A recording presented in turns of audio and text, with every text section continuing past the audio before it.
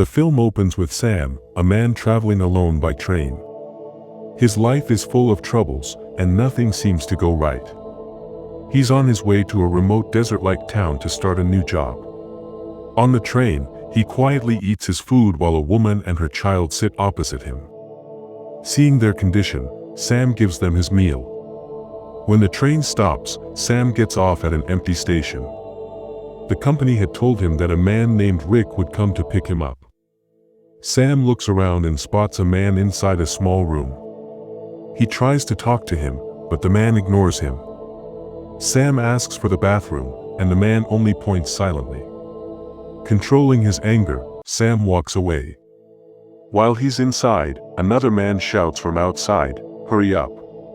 Even water costs money here." This is Rick, the one sent to take Sam to the company.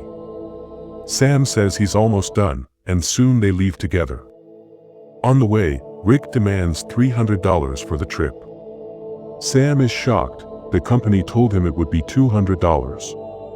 Rick angrily replies, "If you can pay $300, fine. If not, get out." Sam, with no other choice, agrees. After some time, the heat becomes unbearable. When Sam tries to turn on the AC, Rick yells, "Don't touch it. The engine will break." Moments later, the car tire bursts. Rick does nothing and orders Sam to change it. While fixing the tire, Sam notices a dog attacking another dog. The scene frightens him. Rick calmly says, "It happens," and kills the injured dog to stop its suffering. That night, they stop near a gas station, light a fire, and talk. Rick asks why Sam is traveling so far. Sam replies that life has been hard, he just wants independence and hopes this job will change his life. Rick says, "You're a good man, but where you're going, people suck your blood dry. No one stays honest there." The next morning, Sam drives while Rick sleeps. Because of the heat, Sam quietly turns on the AC. Soon, the engine dies. Rick wakes up furious, shouting at Sam. He storms out of the car. Sam apologizes, but Rick stays angry. A little later, Sam goes to relieve himself and spots something shining in the sand, a huge golden rock. Shocked, he calls Rick. Rick tests it with fire. It doesn't burn, confirming it's real gold. They start digging, trying to free the massive rock, but it's too heavy to move. Rick ties it with a rope to the car, but the rope snaps. They keep digging the entire day. As night falls, Rick warns Sam to collect wood. Wild dogs roam at night. They light a fire and celebrate their discovery. Rick says, "We'll be rich. I'll buy you a car with full AC." Later, they discuss their plan. The rock is too big. One of them must stay while the other brings a digging machine. Sam insists Rick should go, but Rick refuses. Sam doesn't trust him and finally forces Rick to leave. The next morning, Rick gives Sam a satellite phone and leaves, saying it'll take about 5 days to return. Sam covers the gold with sand and sets up a small tent nearby.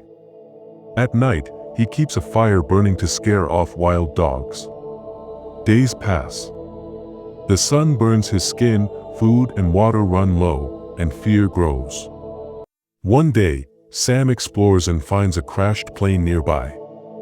He hopes to find supplies but can't leave the gold out of sight, so he builds another small shelter closer to it. Suddenly, he hears noises and thinks someone's stealing the gold, but no one's there. He decides to break off a piece of the rock to keep as proof. He manages to chip off a golden chunk just before Rick calls. Rick says his car broke down and he'll be late. Sam, weak from heat and thirst, begs him to hurry. That night, the wild dogs surround his camp. Sam barely survives, waving a burning stick to scare them. In the morning, he's exhausted.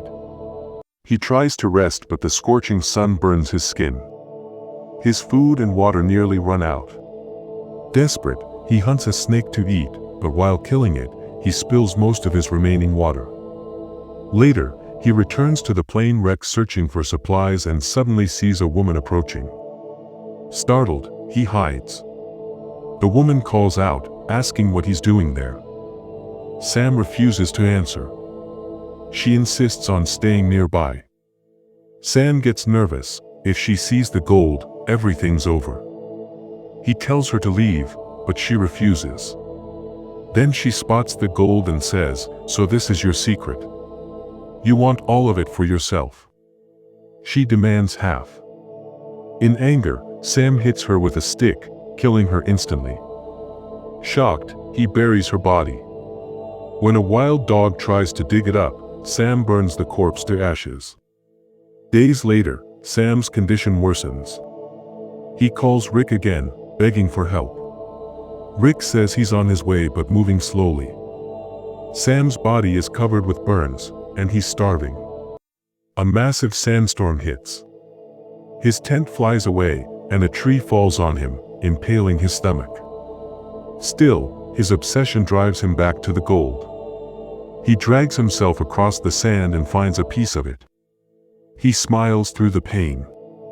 To stop the bleeding, he heats a metal piece in fire and presses it on his wound, screaming in agony before passing out. When he wakes, he sees the same woman he killed standing near him, untouched and alive. He panics. The woman gives him water and says softly, "I'm looking for my twin sister. Have you seen her?" Then Sam realizes, this isn't a hallucination. It's the dead woman's twin. He lies, saying he saw no one. She leaves. Soon after, the wild dogs return and surround him. Sam calls Rick, crying and begging for help. Rick calmly replies, "Hold on. I'm almost there." Moments later, the dogs attack. As they tear him apart, Sam's eyes remain fixed on the golden rock. From a distance, Rick watches everything through binoculars. He had already returned days ago but waited for Sam to die so he could claim the gold alone.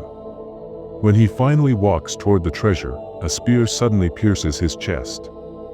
Standing there is the twin sister, the same woman seeking revenge.